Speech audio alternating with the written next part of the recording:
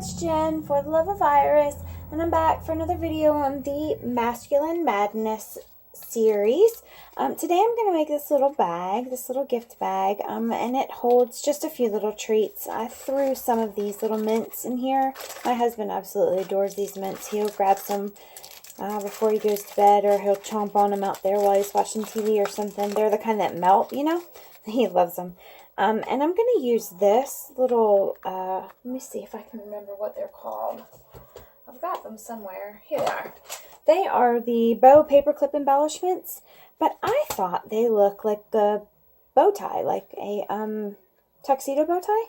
So I thought I would pull in some of the designer series papers, the Timeless Elegance paper, and a lot of it is very floral and very elegant. It reminds me of a black tie affair. There's all kinds of different patterns in it. And they're double-sided, of course, but they have lots of flowers and cream and black, some lace. But then there was this one, I loved this one, but I think I'm going to save that for a bigger bag because I only have 2 pieces of it and it's my absolute favorite. But they had another piece in there that was very elegant and masculine almost. So I cut that up and I intend to make some cards with it. And I just cut it up in 4 by 5 inch squares, and this was the leftover. And I got this idea from Paper Poodles. I don't know if you follow her, but she has this bag on her blog. This little bag was on her blog, and I thought, oh, I'm going to do that with this paper. So we are going to create this little bag for our honeys, or for your son or your daughter or your kid or whatever. So let's get started. The first thing you're going to want to do is cut your paper down to 4 by 6.5. So it's 4 by 6.5. If you're going to make cards out of the rest, you can cut up one 12 by 12 piece of paper, and you can get 5 4 by 5 inch pieces. I think. Let me see.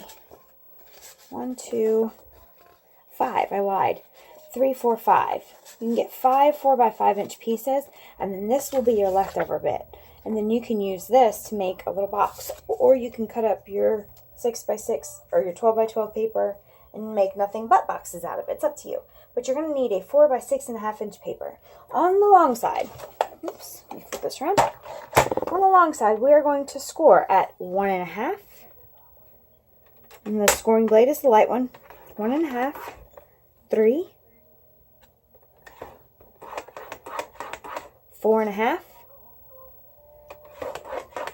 and 6.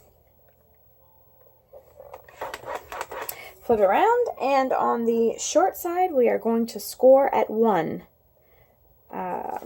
I scored at 1 on this side just because it's easier for me. It doesn't really matter whether you scored at 1 this way or scored at 1 this way. I just find it's easier for me to hold it if it's scored at 1 this way. Okay? So you're left with this piece of paper. Let me see what side you can see the score lines better. Probably that one. Okay, so what you want to do is you've got this little bitty piece right here.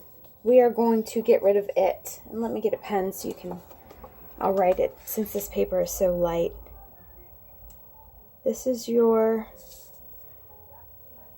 bottom score line at 1. And you've got this little piece right here. We're going to get rid of this. And then we are going to cut on every one of these. Okay?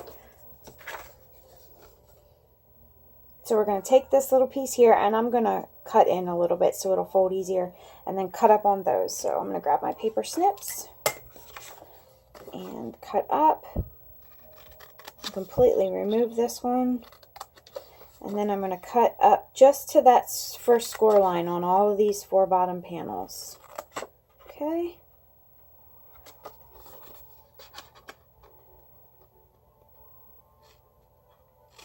Excellent. Now let's go ahead and burnish our score lines. And I think I'm going to make this geometric pattern the outside of my box. So in doing that, I'm going to want to put my adhesive on this flap right here on the outside of on the same side of the pattern that you want to be the outside. So I'm just going to use a little tear and tape. Okay, remove the backing paper. Easier said than done. There we go. All right, and then fold that over. And this is the making of your box. Then these bottoms you're just going to tuck in.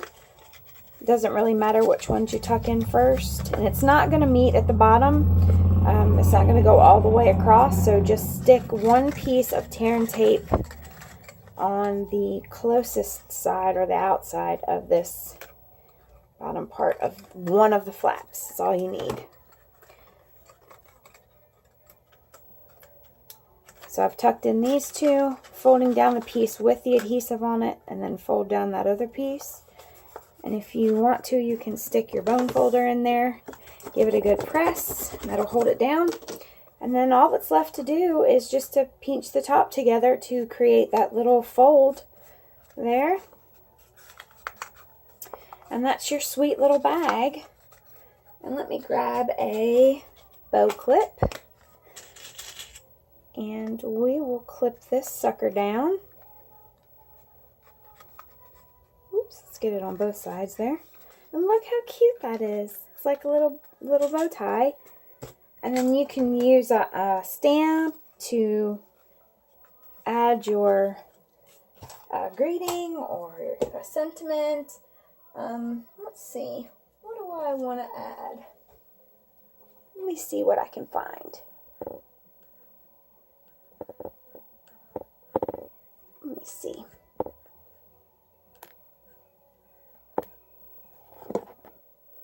Okay, I'm going to use the Picture Perfect stamp set, and I'm going to use this You Are Made of Wonderful. I think my husband is made of wonderful. And boys can be wonderful too. Doesn't have to be girls. So I'm just going to stamp it with some black ink. Oh, let me get my mat since this is photopolymer. Get my mat so I have a good impression. Made of wonderful, because he is perfect. And then I'm going to use the washi label punch. I know it's retiring or retired even, but it's one of my favorites, so I'm going to keep using it. And I am going to stick that just on there like that. So I'm going to get a little bit of snail here. Oops. Oops. Come on, Jen. Get it together. Okay. Pop that sucker on there like that. Oh, what a sweet little bag. You are made of wonderful. Yes, he is.